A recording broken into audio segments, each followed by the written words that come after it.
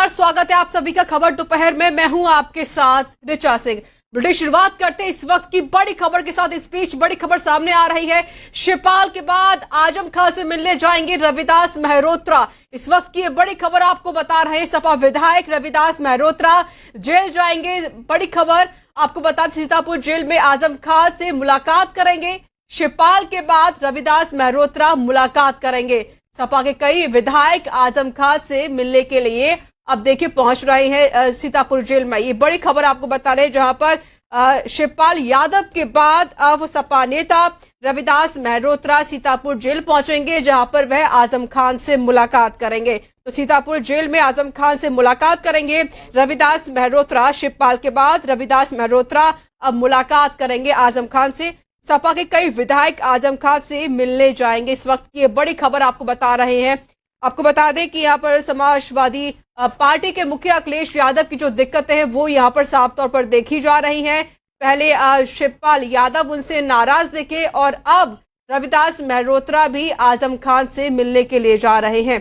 इस वक्त की बड़ी खबर आपको बता रहे हैं, जहां पर आजम खान से मिलने के लिए रविदास मेहरोत्रा सीतापुर जेल पहुंचेंगे। और इस पर अधिक बातचीत करने के लिए मेरे सहयोगी जुड़ चुके हैं संजीव सिंह। संजीव, देखिए, पहले तो शिवपाल सिंह यादव ने मुलाकात की आजम खान से और अब सपा नेता रविदास मेहरोत्रा भी पहुंच रहे हैं जेल।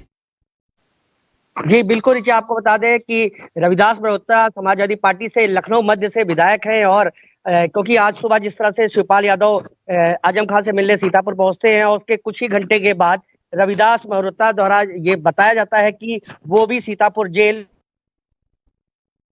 जी संजीव, आपको मेरी आवाज मिल रही है? चलिए, संपर्क टूट गया, फिर से जुड़ने की कोशिश करते हैं संजीव से। तो ये बड़ी खबर आपको बता रहे हैं। ये कह सकते हैं कि जिस तरीके से जो बड़ा झटका यहाँ पर अखिलेश यादव को साफ तौर पर लगता हुआ नजर आ रहा है। मेरे सहयोगी फिर से मेरे साथ जुड़ चुके हैं संजीव सिंह। संजीव, देखिए, बड़ा झटका समाजवादी पार्टी के मुखिया अखिलेश यादव को मिलता हुआ दिखाई दे रहा है। पहले चाचा ने मुलाकात की आजम खान से और अब सपा नेता रविदास मेहरोत्रा जेल पहुंचेंगे मिलने के लिए। जी बिल्कुल, निश्चित तौर पे रिचा, आपको बता दें जिस तरह से शिवपाल यादव की मुलाकात होती है और उसके बाद ही कुछ ही घंटे के बाद रविदास मेहरोत्रा के द्वारा ये बताया जाता है कि वो भी सीतापुर जेल जा रहे हैं आजम खान से मिले, तो कहीं ना कहीं जो सियासी गलियारे में ये चर्चा बनी हुई है कि इसके जो कयास लगाए जा रहे थे कि अगर दोनों नेता, यानी कि क्योंकि ये दोनों नेता समाजवादी पार्टी में एक अहम भूमिका रखते हैं और शुरुआती दौर से जिस तरह से समाजवादी पार्टी को खड़ा करने में चाहे शिवपाल यादव हो चाहे आजम खान हो, उन्होंने काफी मेहनत भी की थी। लेकिन जिस तरह से शिवपाल यादव का आजम खान से मिलना और उसके बाद रविदास मेहरोत्रा जो लखनऊ मध्य से विधायक हैं, तो कहीं ना कहीं ये कयास भी लगाया जा रहा है कि जो आगे की जो रणनीति है और जो लोकसभा का चुनाव होना है 2024 का, उसको लेकर के काफी अहम माना जाए। क्योंकि इससे लेकर के अगर बात की जाए तो आजम खान भी काफी नाराज चल रहे थे कि उनसे मुलाकात करने कोई नहीं आता। तो कहीं ना कहीं एक संकेत भी दिया जा रहा है कि जो उनके समाजवादी पार्टी के लोग हैं वो उनके साथ है और विधायक जो है मिलने का सिलसिला आज से शुरू हो चुका है। जी रिचा, और बिल्कुल, और कहा यह भी जा रहा है संजीव के सपा के और भी कई विधायक हैं जो मिलने के लिए पहुंचे हैं।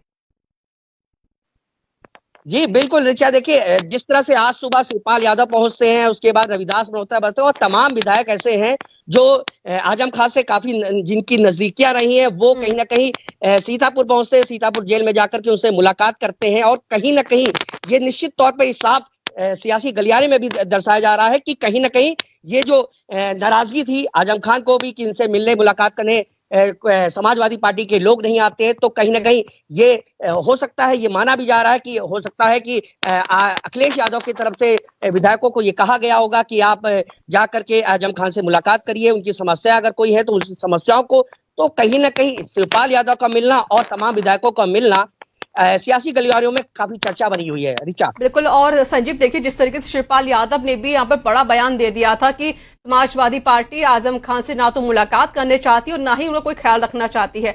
और सबसे बड़ी बात यह है कि देखिए, पहले अपर्णा यादव ने साथ छोड़ा अखिलेश यादव का, उसके बाद चाचा भी नाराज होते हुए दिखाई दिए, फिर जयंत चौधरी मिलने के लिए पहुंच गए थे आजम के परिवार से, और अब यहाँ पे खुद शिवपाल सिंह यादव आजम से मिलने के लिए पहुंचे। और भी ऐसे कई जो विधायक है वो उनका पहुंचने का सिलसिला वो यहाँ पर देखा भी जा रहा है। तो क्या हम ये मान सकते हैं कि सपा के खिलाफ थर्ड फ्रंट की अब तैयारी चल रही है?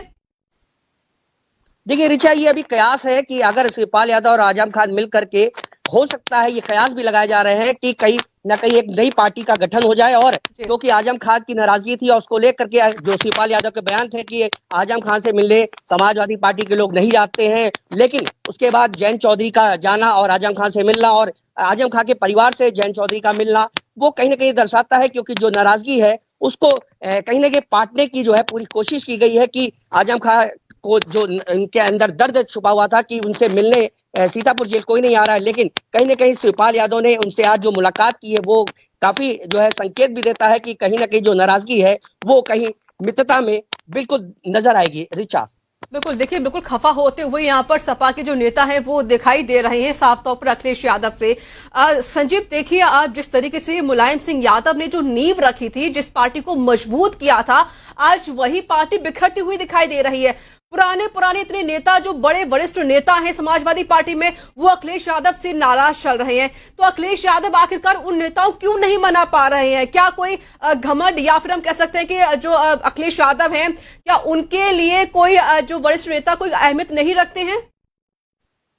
देखिए ऋचा, अगर बात की जाए मुलायम सिंह यादव यानी कि नेताजी की बात की जाए तो समाजवादी पार्टी को खड़ा करने के लिए जितने भी अगर पुराने चेहरों की बात की जाए, चाहे आजम खान हो चाहे अमर सिंह हो, तमाम जितने भी बड़े नेता हैं वो कहीं ना कहीं मुलायम सिंह यादव के साथ कंधे से कंधा मिला करके इन्होंने पार्टी को खड़ा किया था और जिस तरह से काम भी किया था और उसमें शिवपाल यादव की भी अहम भूमिका रही है। और शिवपाल यादव नेताजी को बिल्कुल जो भी काम नेताजी के द्वारा उनको जो है दिया जाता था उसको निश्चित तौर पे वो पूरा भी करते थे और पार्टी को, संगठन को, समाजवादी पार्टी में काफी मजबूत कर रखा था उन्होंने। लेकिन जिस तरह से नाराजगी है समाजवादी पार्टी में, तमाम जो चेहरे बड़े नेता हैं वो कहीं ना कहीं नाराज है अखिलेश यादव के कामों को लेकर के। अखिलेश यादव जिस तरह से दूरियां बना के रखते हैं उसको लेकर के कहीं ना कहीं समाजवादी पार्टी में निश्चित तौर पर अगर देखा जाए तो नाराजगी है और कहीं ना कहीं ये दर्द भी झलका है, चाहे शिवपाल यादव हो चाहे आजम खान हो। दोनों नेताओं ने भी उनके द्वारा भी ये दर्द बयां भी किया गया कि उनसे मिलने के कहीं ना क्यों नहीं आते हैं अखिलेश यादव। तो कहीं ना कहीं जो आज शिवपाल यादव का मिलना और तमाम विधायकों का मिलना ये संकेत भी देता है कि कहीं ना जो नाराजगी है उनको दूर किया जाए। रिचा, तो क्या संजीव हम ये मान सकते हैं कि जिस पार्टी को मुलायम सिंह यादव ने मजबूत किया था, जिस पार्टी की नींव रखी थी, आज उन्हीं का बेटा, उन्हीं की बेटी की वजह से आज यह पार्टी टूटती हुई दिखाई दे रही है। वरिष्ठ नेता जो है वो नाराज होते हुए दिखाई दे रहे हैं। इस नाराजगी की वजह क्या है? क्या अखिलेश यादव ये जानने की कोशिश नहीं कर रहे हैं?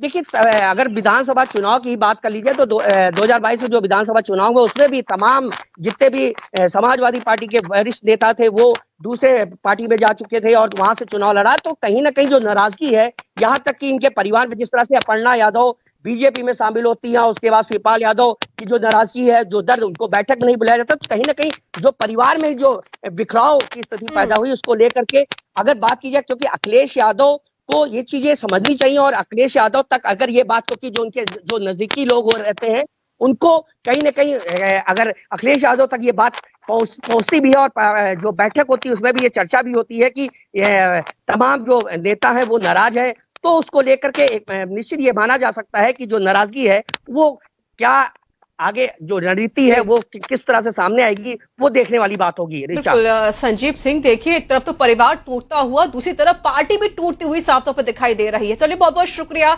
अधिक जानकारी देने के लिए। स्पीच एक और बड़ी खबर सामने आ रही है सीतापुर से, जहां पर डिप्टी सीएम ब्रजेश पाठक ने सीएससी का निरीक्षण किया है।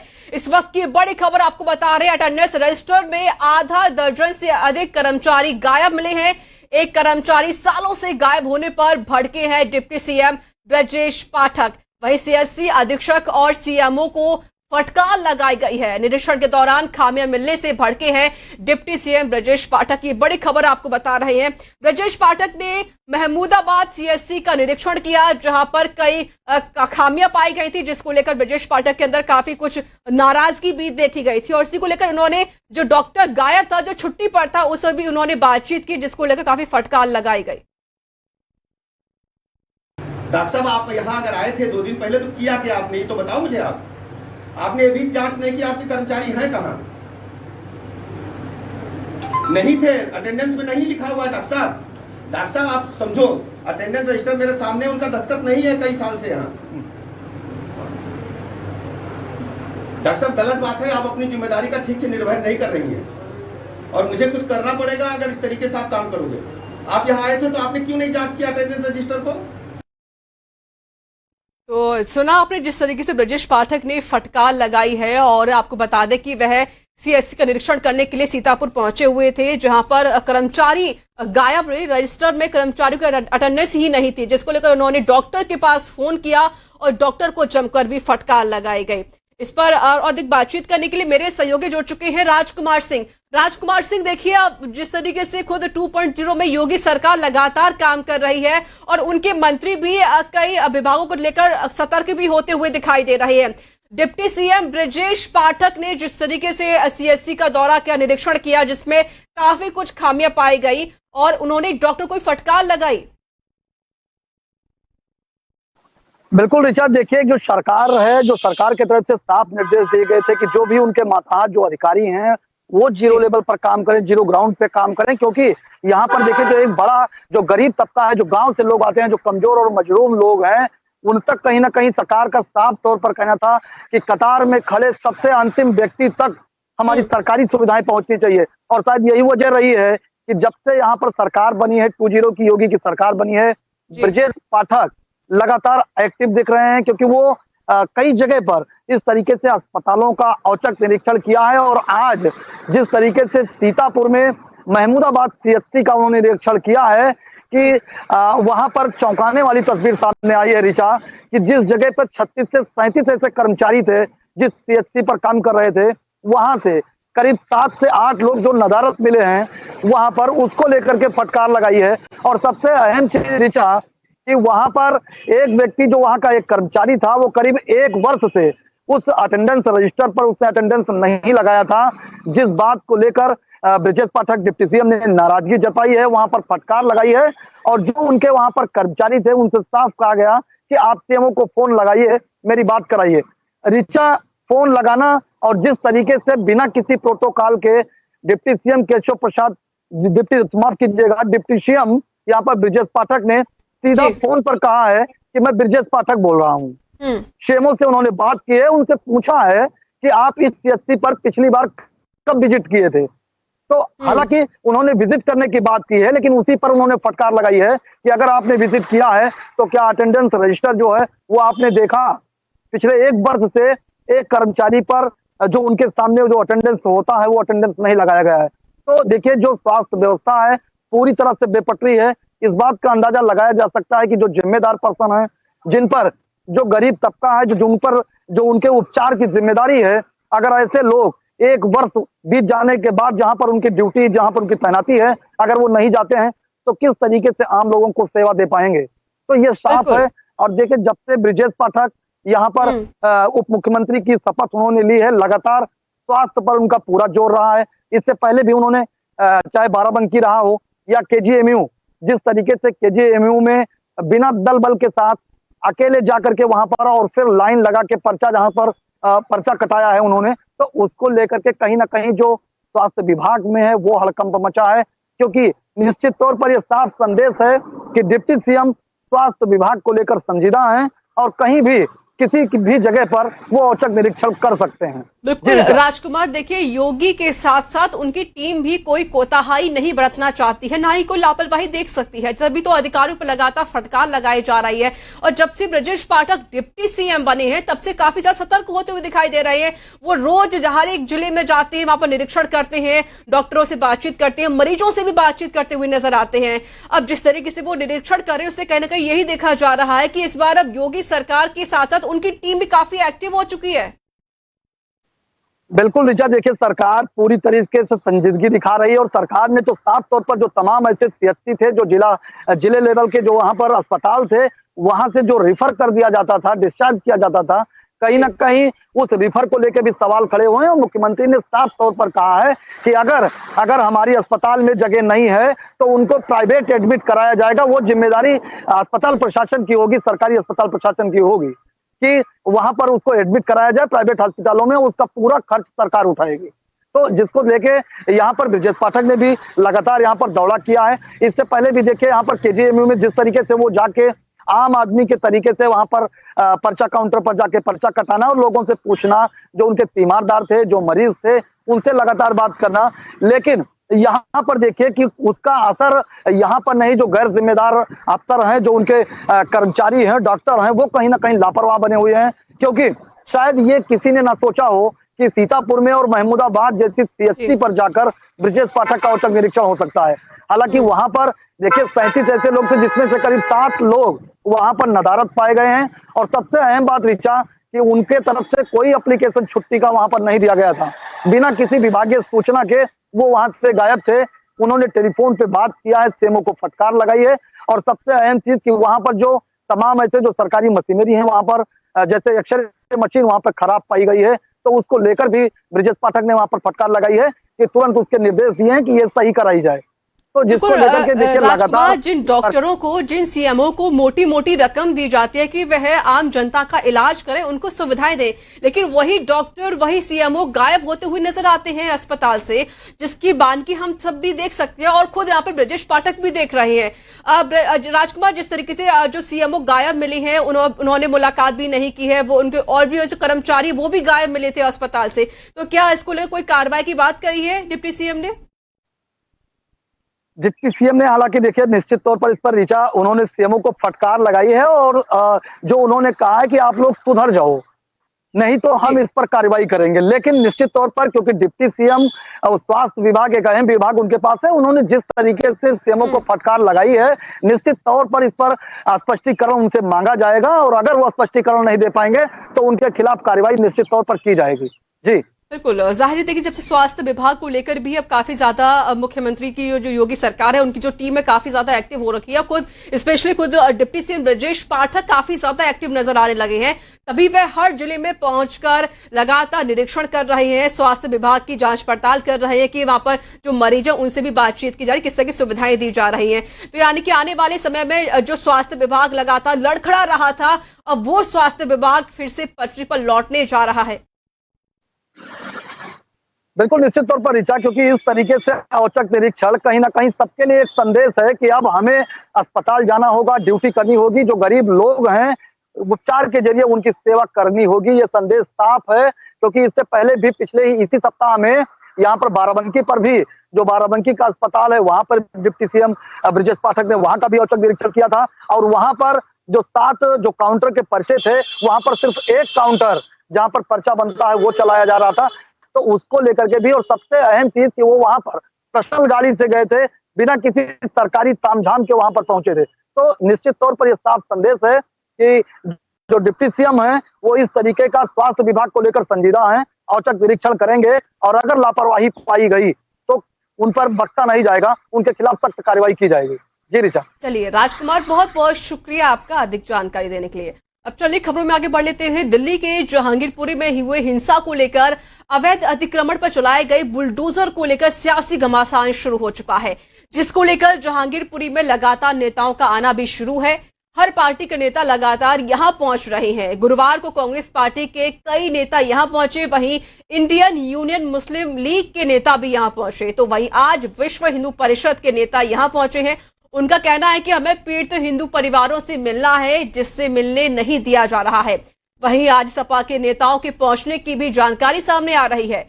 आपको बता दें कि जहांगीरपुरी हिंसा मामले में अब ईडी जांच भी कर सकती है, ये खबरें भी सामने आ रही हैं, जिसको लेकर दिल्ली पुलिस कमिश्नर ने ईडी को पत्र भी लिखा है। आरोपी अंसार पर पीएमएलए के तहत एक्शन लेने के लिए पत्र लिखा गया है। जहांगीरपुर में हिंसा मामले में अंसार को मास्टरमाइंड बताया गया है।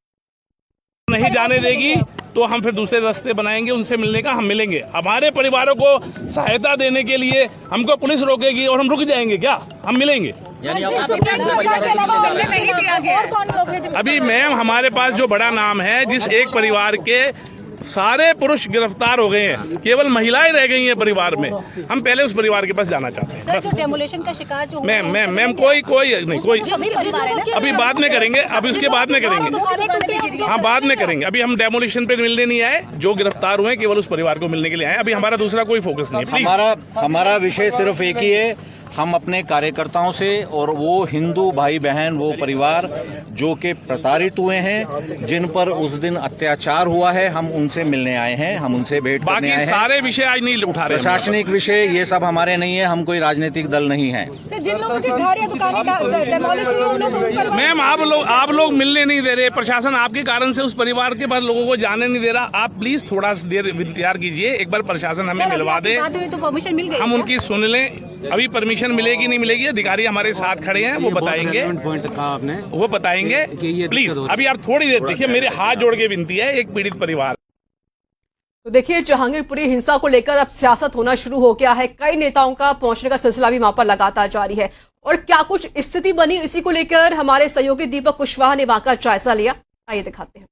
इस समय हम जहांगीरपुरी में मौजूद हैं और यहाँ पर लगातार राजनेताओं का पहुंचने का सिलसिला जारी है। ऐसे में कल 15 सदस्यों की टीम कांग्रेस की यहाँ पे पहुंची थी और आज सपा के डेलीगेशन का पहुंचने की सूचना मिल रही है। वहीं अभी थोड़ी देर पहले विश्व हिंदू परिषद के कुछ नेता यहाँ पर पहुंचे थे, जिन्होंने कहा कि हमें पीड़ित परिवारों से मिलना है और पुलिस जो है उस पीड़ित परिवारों से मिलने नहीं दे रही है। लेकिन फिलहाल जो है सपा का जब नेता यहाँ पे पहुंचेंगे तो उसमें क्या निकल कर सामने आता है, ये देखने वाली बात होगी। लेकिन फिलहाल मैं आपको यहाँ की तस्वीरें दिखा सकता हूँ कि किस तरीके से सुरक्षा के जो कड़े इंतजाम हैं वो कर दिए गए हैं। लगातार पैरामिलिट्री की फोर्सेस और दिल्ली पुलिस की जो टीम है वो और भी चौकस तरीके से लगा दी गई है, ताकि कल जिस तरीके से भीड़ अनकंट्रोल हो गई थी उसको आज जब सपा के नेता यहाँ पहुंचे तो कंट्रोल में किया जा सके, किसी प्रकार की ऐसी स्थिति उत्पन्न ना हो सके जिससे कि तमाम लोगों को जो है दिक्कत हो और तमाम जो सुरक्षा के पॉइंट है उसमें कहीं ना कहीं भंग पैदा हो सके।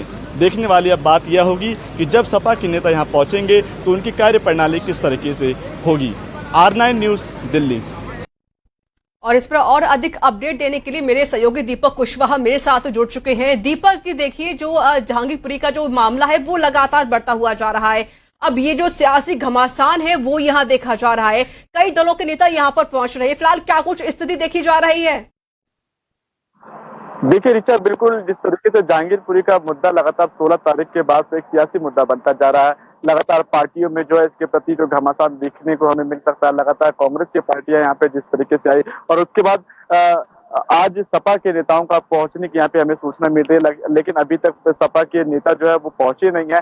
सबको इंतजार है कि सपा के नेता जब यहाँ पे पहुंचेंगे, क्योंकि 5 सदस्यों की टीम बनाई गई है। 5 सदस्यों की टीम जब यहाँ पे पहुंचेगी और किस वक्त पहुंचेगी और क्या उनका रिएक्शन होगा, किस तरीके से वो यहाँ पे लोगों से मिलेंगे या नहीं मिलेंगे, उनके आने का पूरा विषय क्या है, ये भी जानने के बड़े इच्छुक है। लेकिन देखने वाली जो बात यह है कि उसको जिस तरीके से कल जब कांग्रेस की टीम यहाँ पे पहुंची थी, उसके बाद जिस तरीके से भीड़ अनियंत्रित हो गई थी, उसको देखते हुए जो है वहाँ पे सुरक्षा के इंतजाम जो और तगड़े तरीके से कर दिए गए हैं और बैरिकेटिंग तो और मजबूत कर दिए गए हैं। लगातार दिल्ली पुलिस के फोर्सेस को और भी अच्छे तरीके से तैनात किया जा रहा है ताकि किसी प्रकार की चूक जो है सुरक्षा के मामलों में ना हो सके। लेकिन दिशा जिस तरीके से हम देख रहे हैं कि लगातार पार्टियों जिस तरीके से यहाँ पहुंच रही है, पार्टी के नेता जिस तरीके से पहुंच रहे हैं, चाहे वो इंडियन मुस्लिम लीग के लोग हों, चाहे वो बीएचपी के नेता यहाँ पे पहुंचने की बात करें, चाहे तमाम और भी पार्टियों की बात करें, तो ये एक अपने आप में जाहिर करता है कि कहीं ना कहीं पार्टियों। दीपक, आपको मेरी आवाज मिल रही है? चलिए, लगता है आवाज नहीं पहुंच पा रही, फिर से जुड़ने की कोशिश करते हैं दीपक से। देखिए, अब यहाँ पर सियासी घमासान शुरू हो चुका है। जहांगीरपुरी में हिंसा में जिस तरीके से जो हिंसा हुई थी, इसी को लेकर अब जो कई दलों के जो नेता है वो वहां पर पहुंचने भी शुरू हो चुके हैं। कल यहाँ पर खुद कांग्रेस पार्टी के कई नेता यहाँ पहुंचे हुए थे और आज भी कई दलों के नेता जहांगीरपुरी पहुंचे। हालांकि पुलिस ने उन परिवार वालों से मुलाकात नहीं करने दी थी जिनके घर उजड़े थे बुलडोजर के जरिए। और आपको बता दें कि अब इसी को लेकर अब लगातार जो चर्चा है वो यहाँ देखी जा रही है। मेरे सहयोगी दीपक कुशवाहा फिर से मेरे साथ जुड़ चुके हैं इस पर अधिक और जानकारी देने के लिए। दीपक, देखिए, अब जिस तरीके से यहाँ पर भी देखा जा रहा है कि ईडी ने जो आरोपी था अंसार, जो मास्टरमाइंड था इस हिंसा का, उसके खिलाफ अब लगातार कार्रवाई करने की बात कही जा रही है, जिसको लेकर अभी यहाँ पर ईडी को पत्र भी लिखा गया है। देखिए, बिल्कुल रिचा, जिस तरीके से मास्टरमाइंड अंसार को लेकर लगातार कई तरह की खुलासे होते जा रहे हैं, ऐसे में दिल्ली पुलिस ने जो ईडी को जो है एक पत्र लिखा है, उसमें साफ तौर पे जब पीएमएल के दौरान जो है जांच करने की बात की गई है। ऐसे में क्योंकि अंसार एक मास्टरमाइंड है, पूरे दंगे की बात जो है कहीं ना कहीं अंसार के कंधों पे नजर आई है, क्योंकि जिस तरीके से उसने पहले तरह से पूरी तरीके से साजिश रची, उसके बाद जो ये पूरा दंगा भड़काया, तो ये काफी खुलासा खुलासे जो है अंसार के खिलाफ देखने को मिल रहे हैं। और ऐसे में दिल्ली पुलिस ने पूरे पत्र में अंसार का जिक्र किया है और ऐसे में वो जांच करने की बात कही है और ईडी को पत्र लिखते हुए दिल्ली पुलिस ने ये बात रखी है। जी एक आखिरी सवाल दीपक कुशवाहा आपसे कि अभी फिलहाल क्या कुछ अपडेट है, क्या वहां पर सब कुछ ठीक है या फिर अभी भी जो लोग थे वो भी भड़क रहे हैं? देखिए, जिस तरीके से हमने कल भी लोगों से बातचीत करी है और आज भी लोगों से हमने बात करने की कोशिश करी, देखिए स्थितियां काफी गंभीर बनी हुई है। मुस्लिम महिलाओं से हमने कल बात करी थी, उन्होंने कहा कि एक तरफा सच जो है वो दिखाया जा रहा है, एक तरफा तस्वीरें जो है जहांगीरपुरी की लगातार दिखाई जा रही है, क्योंकि हमने कोई पथराव नहीं किया था, सामने की तरफ से पथराव हुए थे। ऐसे में कई बातें जो है ग्राउंड जीरो से निकलकर सामने आ रही हैं, लेकिन सच्चाइयां क्या है इस पर दिल्ली पुलिस लगातार ये कहती नजर आ रही है कि हम जांच कर रहे हैं और जांच के बाद ही सब कुछ साफ हो पाएगा कि आखिर में तस्वीरें क्या है। लेकिन जो वीडियो निकलकर ऋचा सामने आई है, जो शोभा यात्रा में जिस तरीके की चीजें निकलकर सामने आई थी, कई सीसीटीवी फुटेज भी सामने आए, उसमें ये कहना मुश्किल ही होगा कि आखिरकार वो दंगा कैसे भड़का। कई वीडियो ऐसी भी निकलकर सामने आई है जिसमें दूसरी तरफ से पथराव होता नजर आया और कुछ वीडियो ऐसी निकलकर सामने आई जिसमें दूसरी तरफ से पथराव होता नजर आया। लेकिन मौजूदा हालात की अगर हम बात करें तो इस समय स्थितियां काफी गंभीर है, क्योंकि राजनेता लगातार मौके पर पहुंच रहे हैं और उसके बाद उसी को देखते हुए जो है सुरक्षा के जो चाक चौबंद है वो बढ़ा दिए गए हैं। चलिए, बहुत बहुत शुक्रिया दीपक आपका। नजर बनाए रखिएगा, अपडेट आपसे लेते रहेंगे। तो इसी के साथ इस बुलेटिन में इतना ही। देश दुनिया की तमाम खबरों के लिए देखते रहिए R9 न्यूज। दीजिए मुझे इजाजत, नमस्कार।